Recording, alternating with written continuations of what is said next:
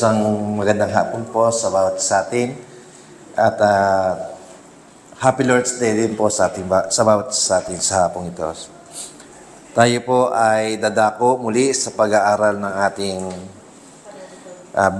sa Belgic Confession of Faith, Article number 3. And doon po sa ating mga nakaraang aralin, sa pinag-aralan po natin nakaraan yung tinatawag na General Revelation, which is ang Diyos ay pwede natin makilala kahit wala ang Scripture dahil pinapahayag siya ng sanlibutan na mayroong manlilikha sa ating sa mundo and even sa kalawakan, no, nakikita. But hindi sapat ito para malaman natin kung ano ba yung kaligtasan. So, binigyan tayo ng Diyos ng tinatawag na special revelation, which is the divine scripture, o yung banal na kasulatan. At dito ay ating pag-aaralan sa hapong ito, yung the Word of God, na mababasa natin sa Article 3 ng Belgic Confession. At ganito ho yung sinasabi ng Belgic Confession sa Article 3. The written Word of God. We confess that this Word of God was not sent, nor delivered by the will of man, but that holy men of God spoke as they were moved by the Holy Ghost. As the Apostle Peter says, and that afterwards God, from a special care, which He has for us and our salvation, commanded His servant, the prophets and apostles, to commit His revealed word to writing, and He Himself wrote His own finger the two tables of the law. Therefore, we call such writings holy and divine scriptures. Let us pray po tayo, manalangin muna. Aming dakilang Diyos, kami po ay muli lumalapit sa inyo upang hingin ang inyong karunungan. At sa aming pag-aaral sa hapong ito ay tunay na maunawaan namin ang kahalagahan ng banal na kasulatan, hindi lamang sa aming buhay, kundi sa aming kaugnayan sa iyo bilang aming Diyos at kami bilang iyong mga hinirang na anak. Bigyan niyo po kami ng kaalaman patungkol sa kahalagahan nito sa buhay namin at ano ang magagawa nito para sa aming Panginoon. Sa po namin tinatagubin ang mga oras na aming gagamitin sa pag-aaral ng banal na kasulatan. Dalangin namin lahat na ito sa pangalan ni Jesus. Amen at amen. So, ngayon po ay pag-aaral natin yung the Word of God. No? So, at ito naman ay alam natin, this is the Holy Scripture. Kilala natin also as Bible. Kilala din natin siya as the Word of God. No? And winasa po kanina, so linggo-linggo ito yung binabasa natin, 2 Timothy chapter 3, verse 16. Okay, buksan mo na, 2 Timothy chapter 3, verse 16.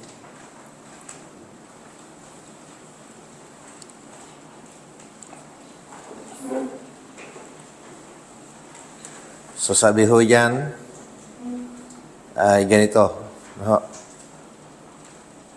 So, sabi ho rito sa verse 16, ang lahat ng kasulatan ay kinasihan ng Diyos at magagamit sa pagtuturo ng katotohanan, sa pagtatama sa maling katuruan, sa pagtutuwid sa likong gawain at sa pagsasanay para sa patuwid na pamumuhay, upang ang lingkod ng Diyos ay magiging karapat-dapat at handa sa lahat ng mabuting gawain.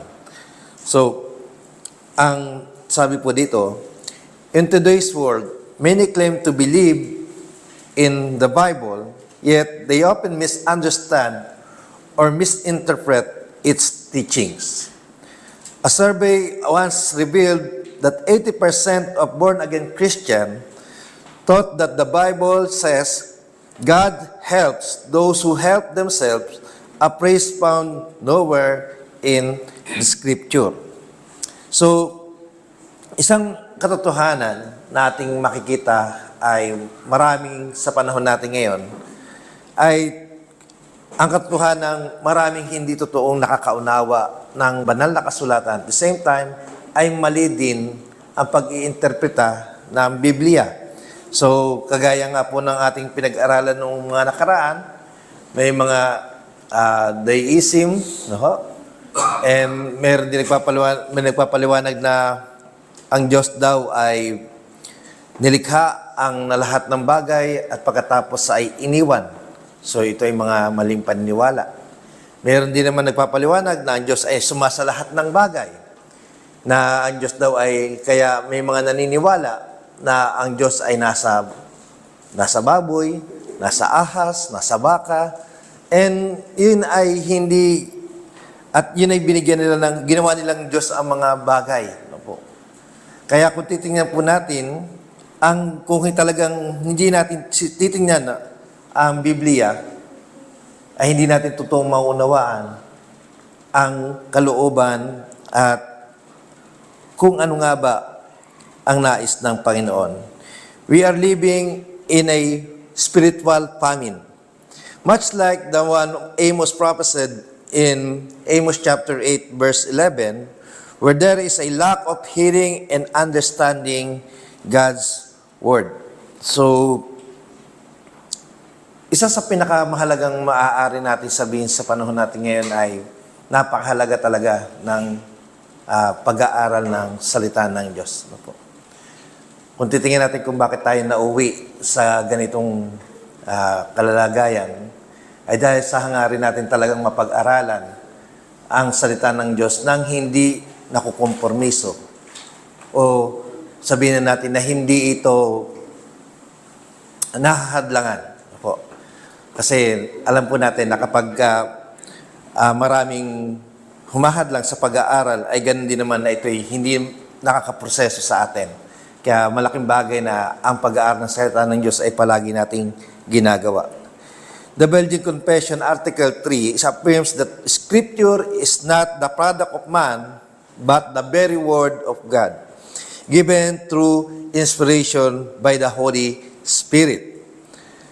So, ngayon sa Article 3 ay papaliwanag natin yung tinatawag na inspiration of the Scripture. So, titingnan natin dito, ano nga ba paano ba ito naging inspired by God at ba't ba napakahalaga ng tinatawag na inspiration of the Scripture? So, kaya dito po, ating aaralin na itong salita ng Diyos ay talagang mula sa Kanya at sa Kanya lamang. Nako, yan po yung ating topic sa araw na ito. At ito po yung ating aaralin ngayon ay mula pa rin po sa book ni Daniel Hyde. Ito po. So, number 1 natin pag-aral, the nature of biblical inspiration. In 2 Timothy chapter 3, verse 16 to 17, so, Paul states that all Scripture is God-breathed. So, theopneustos, yun yung pong Greek word ng salitang God-breathed. Yung theo, yun po yung salitang God. At yung pneustos is yun po yung salitang breathed or inspired by God. So, this does not mean that the Bible is just a book of religious ideas, but every word is divinely inspired and carries God's absolute authority. The inspiration of Scripture is verbal. Ibig sabihin, ito po ay salita. Every word is not just ideas, but it is from God. Plenary. Ibig sabihin, ito po ay inspired. The whole Bible is not just part of it. It is inspired and sufficient. So, nung nakaraan po, pinag-aralan yung sufficiency. It is enough for our salvation and daily Christian life. So, ito ho yung sinasawag natin na yung divine scripture is inspired and carries God's absolute authority. So, ibig sabihin, hindi lang ito gawa-gawa ng tao. Bagamat ginawa ng tao, ibig sabihin, sinulat ng tao, pero hindi gawa-gawa lang ng tao. Ito ho yung lilinawin natin. Iba yung ginawa ng tao, sinulat ng tao, pero hindi siya gawa-gawa ng mga tao. Nung araw, sinasabi nila na yun naman Bible ay gawa lang ng tao. Minsan, pagka narinig mo yan, sinabi nilang gano'n, minsan parang iniisip mo na, hindi totoo yan. In the other sense, totoong ginawa ito ng mga tao. Ginawa yan ng mga tao, pero hindi gawa-gawa lang nila. Iba yung, pag sinabi natin gawa-gawa lang, sila yung nagsulat niyan, sila yung may ideya niyan, sila yung kanilang kaisipan niyan. Iba po yun. No po, pag ginabi natin gawa-gawa. Pag sinabi natin isinulat ng tao by the inspiration of the Holy Spirit. So verbally, ang Diyos yung mismong nagsabi, ang Diyos mismo yung nagsalita. Plenary, ang Diyos mismo yung kumilos para maisulat ang mga salitang ito. At ang sinasabi ito, yung sufficiency naman, ito ay sapat. Hindi kailangan dagdagan, hindi kailangang bawasan. So ito yung sinasabi natin. Na pagka sinabi natin yung nature ng Scripture, ito yung pinaka-nature niya. Ito ay talagang, sabi natin, kaya nga sinabing divine, from divine writ, from a divine being. So, we must treat the Bible as God's authoritative voice, not just a collection of moral lessons. Since Scripture is profitable for teaching, rebuking, correcting, and training in righteousness, it must be shape our beliefs, our values, and even our decisions. So, dito pumapasok yung salitang sola scriptura. No? Kung titingnan natin.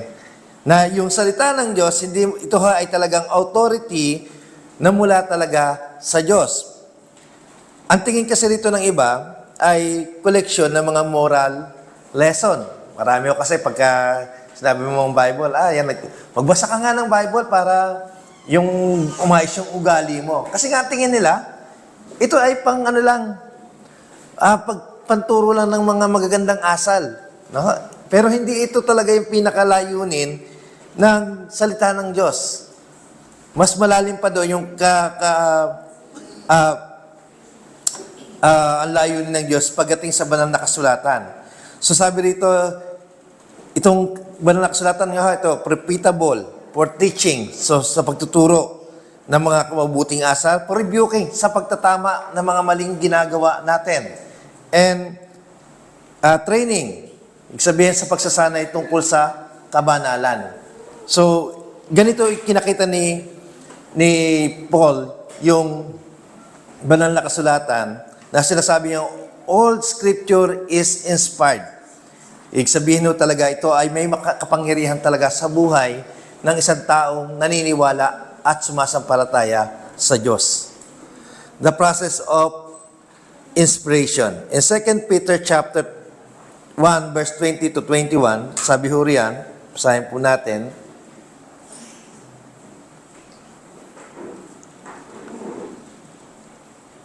sabi ho ay ganito, higit sa lahat, unawain ninyong walang makapaglipapaliwanag ng alimang propesiya sa kasulatan sa sariling kakayahan, sapagkat ang pahayag ng mga propeta ay hindi nagmula sa kalooban lamang ng tao. Ito ay galing sa Diyos at ipinahayag ng mga taong nasa ilalim ng kapangyarihan ng Espiritu Santo. No, yun yung na talagang sila ay, tingnan natin mas, sa English ay ganito po yung sabi. Basahin din natin sa English. Sabi ho, knowing this first at all, that no prophecy of Scripture comes from someone's own interpretation. Hindi po siya exegesis. Pag sinabi natin exegesis, ito ay may self-intended meaning o ito ay gusto niya lang, sariling paliwanag niya lang. No? For no prophecy was ever produced by the will of man, but men spoke from God as they were carried along by the Holy Spirit. So, Peter affirms that the prophet did not based on their own wisdom, but were carried along by the Holy Spirit. The word carried along is the same Greek word used in Acts chapter 27, verse 15. When the wind drove a ship forward, a powerful picture of how God guided the biblical authors without overriding their personalities and styles. So, kung hindi, ang sinasabi po rito ni Daniel Hyde, yung pagkilos ng Diyos doon sa taong sumusulat, o sa, ang tawag ko natin siya, agent, mga agent, secretary of God. Itong mga taong ito, kumikilos sila, hindi base sa, halimbawa, sinasapian sila ng Diyos, tapos magsusulat sila. Hindi po ganon, no? Nandun yung kanilang sariling pag-iisip. Ibig sabihin, nagising sila, hindi sila yung parang natulog, parang nasasapian, tapos bigla na lang kung ano-ano sasabihin, ano lang gagawin, hindi yung gano'n, no? Andun sila sa ilalim ng inspirasyon o sa ilalim ng kapangyarihan ng banal na espiritu habang sinusulat nila yung kanilang mga aklat or mga sulat, ano? So, dito, meron mga lumabas na mga views of inspiration. Una, yung tinatawag na mechanical view. The idea that God dictate every word like a robotic process. So, ito yung mga naniniwala na yung Biblia ay isinulat sa paraang ang Diyos mismo, yun nga, sabi nga sa inyo, sinasapian niya yung tao at saka siya sumusulat. Ganun yung parang robot na wala na siya, yung tao walang magawa dahil nasa kanya yung espiritu ng Diyos. No? Parang tulog siya, habang tulog yung diwa niya, ang Diyos kumikilos naman sa kanyang katawan. Hindi ho ganun. Hindi ho ganun yung idea ng pagsulat ng, o yung idea ng inspiration. Pangalawa naman, yung tinatawag na dynamic view. So the dynamic view is the idea that only thoughts were inspired but the words were meant. So magkaiba na ho. Yung dynamic view naman, sinasabi nila, yung kaisipan lang yung ang inspired, pero yung mismong tao, parang sa kanya galing yung idea yon. No, yun yung dynamic view. Ang ibig sabihin, sinusulat niya yon in his own. Sa sarili niyang pamamaraan. Ibig sabihin, kanya yung sinusulat niya. Hindi yung Diyos. Hindi siya galing sa Diyos, kundi galing yung idea niya, inspired, pero yung parang halimbawa, sumusulat ng tula o ng awitin, dahil na-inspired siya, nakagawa siya ng kanta using his own view or his own feeling, emotion. No? Hindi ganun yung sinasabi. Pero yung pangatlong view, ito yung view na katanggap-tanggap. Tinatawag na organic view of inspiration.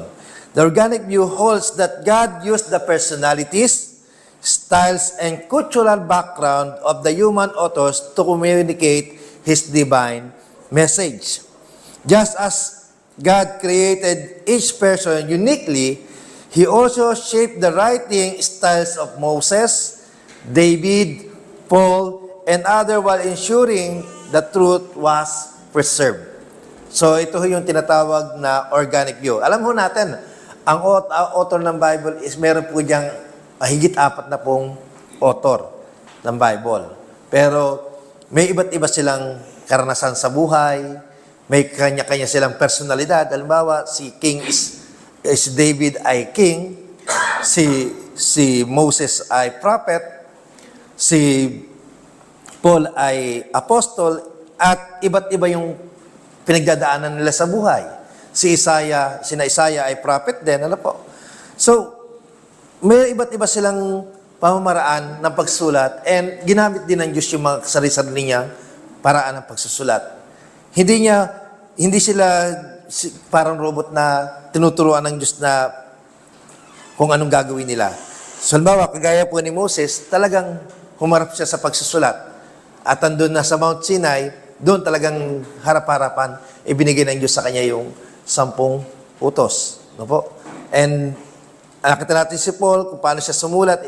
Talagang siya ay, sabi natin, noble na tao. Marunong talaga siya. And sina Peter naman ay mga mangingisda. Pero nakasulat din sila. Nakagawa sila ng mga sulat. Ginamit ng Diyos yung kanilang mga personalidad, ang kanilang mga estilo, at ay mga kultura nila sa pagsusulat. And nagsama-sama ang mga ito at nakabuo ng nabuo yung banal na nakasulat. This explains the diversity of writing styles in Scripture, yet all remain perfectly inspired and inerrant. So, yun ang kagandahan dito. Kahit na iba't iba ang author, kahit na iba't iba ang kanilang kakayanan, iba't iba ang kanilang buhay, iba't iba yung kanilang karanasan, yung ginawa nila iisa. Ibig sabihin, pare-pareho itong nanatili itong perfectly inspired and inerrant. Walang kamalian. Sa kabila ng ang dami nilang iba't ibang estilo, iisa yung kanilang kaisipan. Iisa yung kanilang pagkakakilala sa Diyos. Hindi si David, iba yung pagkakakilala niya sa Diyos. Si Paul, iba yung pagkakakilala sa Diyos. Hindi po ganon. Kung pare-pareho nilang ipinaliwanag ang Diyos ng banal na kasulatan. So, since God ensured that His Word was written without error, we must trust the Bible reliability even when culture or science seems to contradict it. So, isang bagay na dapat nating tandaan na kahit na kasi ang Bible talaga, kahit noon pa naman marami na yung kalaban. Ibig sabihin, marami nang kumukontra dyan. Marami ng planong sirain yan, wasakin, pero nananatili yung kabanalan, yung inspirasyon yan, at nananatili yung halaga niyan. No? Hindi nawawala. Nandun na yun talagang ang Diyos ay kumilos sa iba't ibang panahon, pero nakita natin na sa iba't ibang panahon na yon, ang Diyos ay pare-pareho. Sa iba't ibang tao nandun ang iisang Diyos na kumikilos. Na po. So, because the Bible is divinely inspired, we should not alter or reinterpret it to fit modern preferences. Ito yung naging problema ng ating panahon. Kasi nga, para mag-fit lang yung panahon natin sa Bible, so binabago ng mga tao, then, sa kababago-bago ng tao, sa ka-reinterpret nito, lalong na mali, lalong na wala sa linya, lalong lumabo yung kahulugan nito sa buhay ng mga tao. Until na, mabuti na lang, talagang yung word na reform, mabuti na lang palaging bumabalik tayo doon sa katotohanan. Bumabalik yung, sa bawat panahon dumarating yung, ibinabalik ito doon sa kanyang totoong kahulugan, sa totoong kahalagahan ito, sa totoong Diyos na siyang may-ari nito. So, ang panahon natin ay masyadong mapanganib, kung totoosin. Ang daming lumalabas na mga tagapagturo, ang daming lumalabas, and even talagang mahahanga ka sa galing ng mga tagapagsalita, pero later on kung ating titingnan, ay marami pa ring tao talaga na hindi totoong nakakaintindi sa salita ng Diyos. At ito yung pinakamapanganib sa lahat. Sa kabila ng napakagandang aral napakagandang balita na dala ng banal na kasulatan, ay nawawalan ng kabuluhan ito sapagkat sa paglipas ng mga panahon, patuloy na binabago, binabawasan, dinadagdagan ang aral ng Panginoon. At ang resulta ay lalong natatabunan ang katotohanan nito. The written word, God's gift for our salvation. So the Belgian Confession says that God, in His immense care for us, commanded His prophets and apostles to write His word. God knew that oral tradition will be corrupted over time, so He gave us a written, unchanging record of His truth. Jesus himself affirmed this when he said in Matthew chapter 15, verse 18, until heaven and earth pass away, not an iota, not a dot will pass from the law until all is accomplished. So, sinasabi rito ng Belgian Confession na yung sinasabi oral tradition, ibig sabihin, ang mga tao nga ho ay pabago-bago. Sa bawat bahagi ng kasaysayan, sa nakalipas, sa kasalukuyan at maaaring sa hinaharap. Patuloy at patuloy na babaguhin yan. Kaya nga, ito napakahalaga na manatili, no? Hindi mabago ang bawat salita ng Diyos. Yun yung sinasabi rito ng ating Panginoon na until heaven and earth pass away, not an iota. So ano po ba yung iota? This is an Hebrew words. Ano po? So yun ay dot. Kapag po kasi kayo nag-aral ng Hebrew, meron, yung mawala lang talaga po yung isang dot na yon doon sa salita, yun po'y kulang na. Ang napakalito kasi ng mga letra ng ng Hebrew. Meron po silang ang Hebrew kasi ho ay napakahirap isulat. Na kapag ho sinulat ninyo, natatandaan ko pa ho nung kami nasa seminary, sinulat po namin yung Hebrew alphabet. At kung isulat po kasi siya pabaliktad, kung tayo magsulat ay pakanan,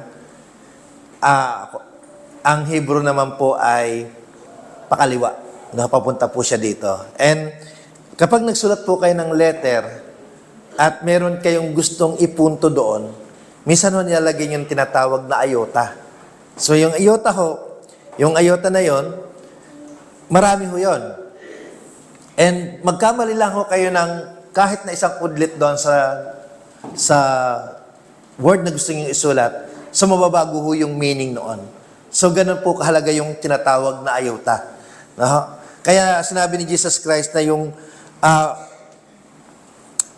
kahit yung kaliit-liitan na bahagi ng kasulatan ay napakahalaga. At hindi ito dapat mabago, hindi ito dapat ialis. So yun po yung kahalagahan nito. The written word provides stability in our faith, allowing us to grow in wisdom and avoid false teachings.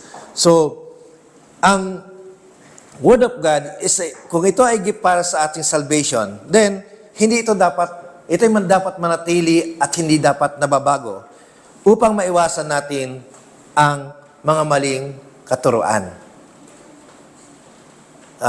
Nakita ho natin sa paglakad natin dito sa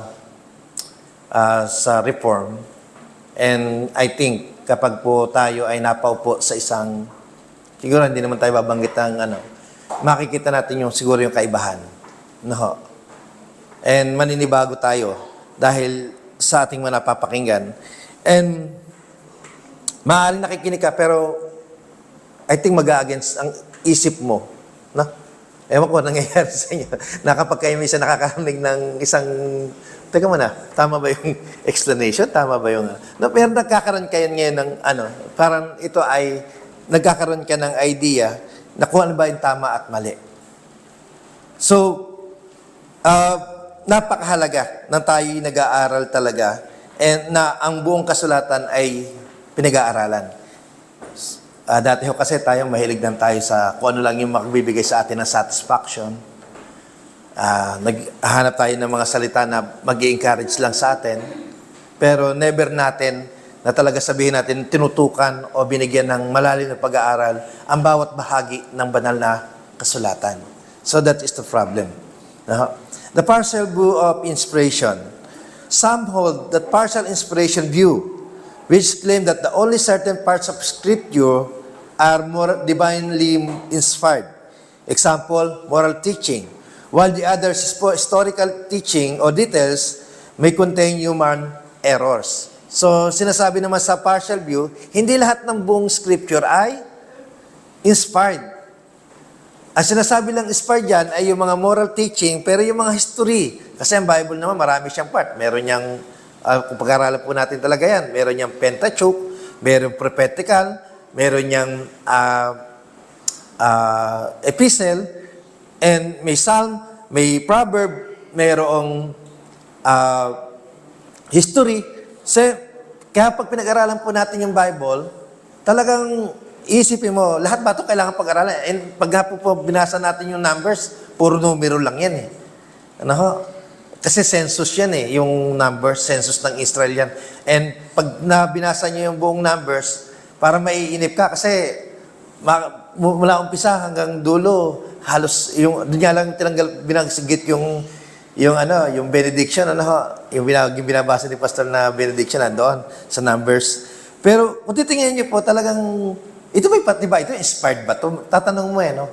Pero dahil yan ay bahagi ng banal na kasulatan, yan ay bahagi ng inspiration na ibinigay sa atin ng Diyos. At nagagamit yan, no? Nagagamit yan nagagamit sa ating buhay spiritual. This view is dangerous because it makes humans reason the judge or what is God's word and what is not. So this is the problem of today's yung ating generation, no? Sa generation ng Kasi marami na nagsasabi, kagaya po talagang mga nag-i-exist na sila, lumalabas na sa social media. Ang word of God naman, hindi naman lahat yung word of God eh. So may mga gano'n na nagpapaliwanag sa mga social media na hindi naman lahat yan sinabi ng Diyos yan eh. May sinabi rin nga dyan si Satanas eh. Hindi yung word of God. So yung mga gano'n pong paliwanag, which is, maaaring pag ikaw ay hindi talaga nag-aaral, then i-conclude mo na, nga, siguro tama yun. Siguro ito nga yung tama. So nag-iisip ka ngayon, at kung hindi mo talaga pag-aaralan, later on, madadala ka ng mga katuroang, maling katuroan. At mauwi ka sa tinatawag ding false teaching. So,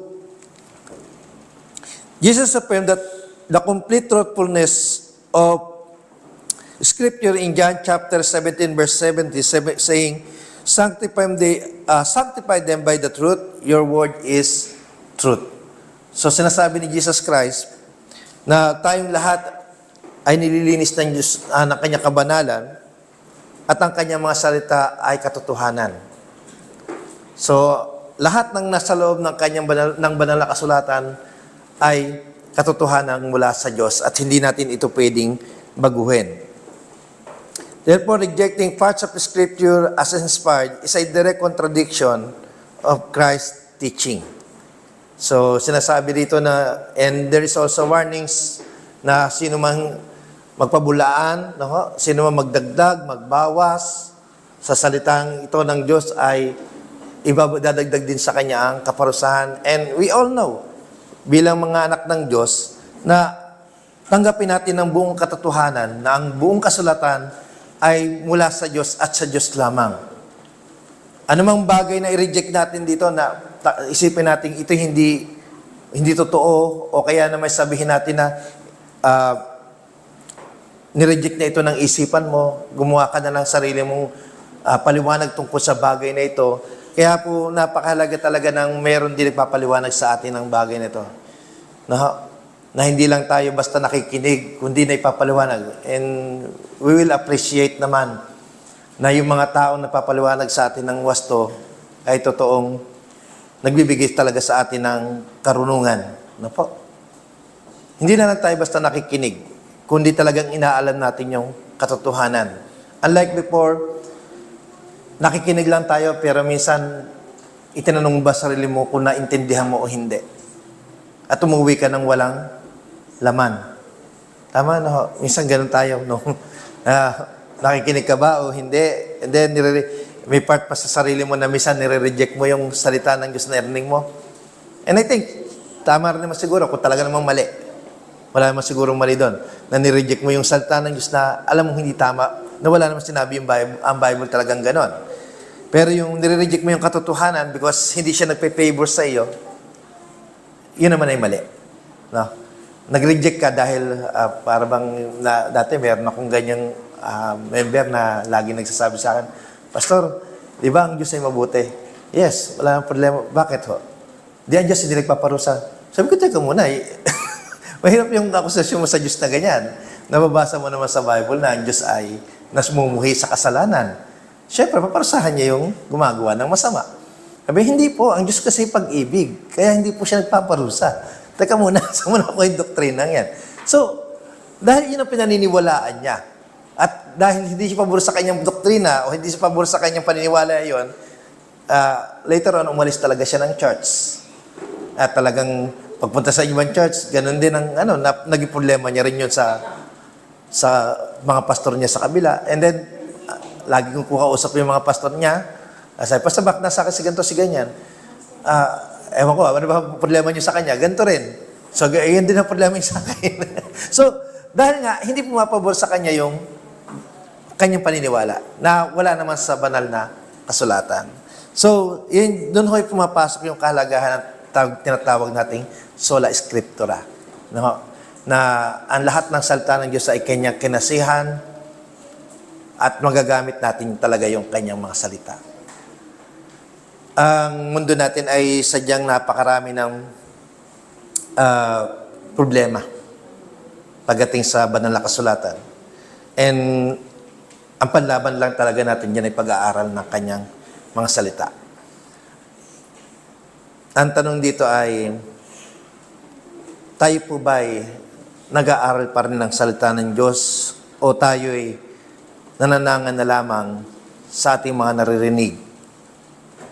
Ibig sabihin, tayo ba'y, ang ibig sabihin doon, are we studying God's Word diligently or only relying on human opinion? Pag ba nakarinig tayo ng mga human opinion dahil maganda yung sinabi niya, yun na ba yun talaga? No? Napakahalaga pa rin talaga na tayo ay may sariling pag-aaral ng salita ng Diyos. At itong kinukonfirm doon mismo sa salita din ng Diyos. The word alone, or sola scriptura. The Protestant Reformation emphasized scripture alone, or sola scriptura, because it is the ultimate authority in our faith, above human tradition or new revelations. In a world filled with spiritual confusion, the Bible remains the unshakable foundation of truth. Let us cling to God's inspired word, study it daily, and apply it to our life with faith and obedience. Sa ating buhay, mga kapatid,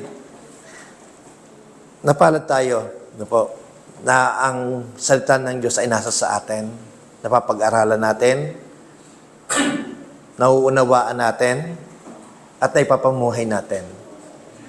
Iyon po yung pinakamagandang sabihin natin, bagamat ang mundong ito maraming i-offer sa atin, natingin ba natin mas maganda rito?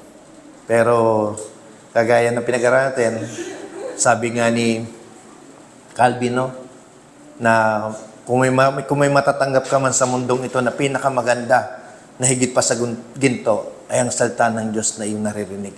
Sa bawat linggo, sa bawat pagbabasa mo, ito na yung pinakamagandang maaaring tanggap mo mula sa Panginoon. Na siya'y nagsasalita sa iyo, na siya'y nagbibigay ng babala sa iyo, at nagbibigay din ng pangako sa iyo na kanyang ibibigay pagdating ng panahon. Kapatid, ang salita ng Diyos ay hindi kumukupas. At ito ay mananatiling buhay dahil ito'y mula sa ating Panginoon. Tayo po'y manalangin. Maraming salamat po, Panginoon, sapagkat ang hindi natitinag na katotohanan ng iyong mga salita ay nasa sa amin.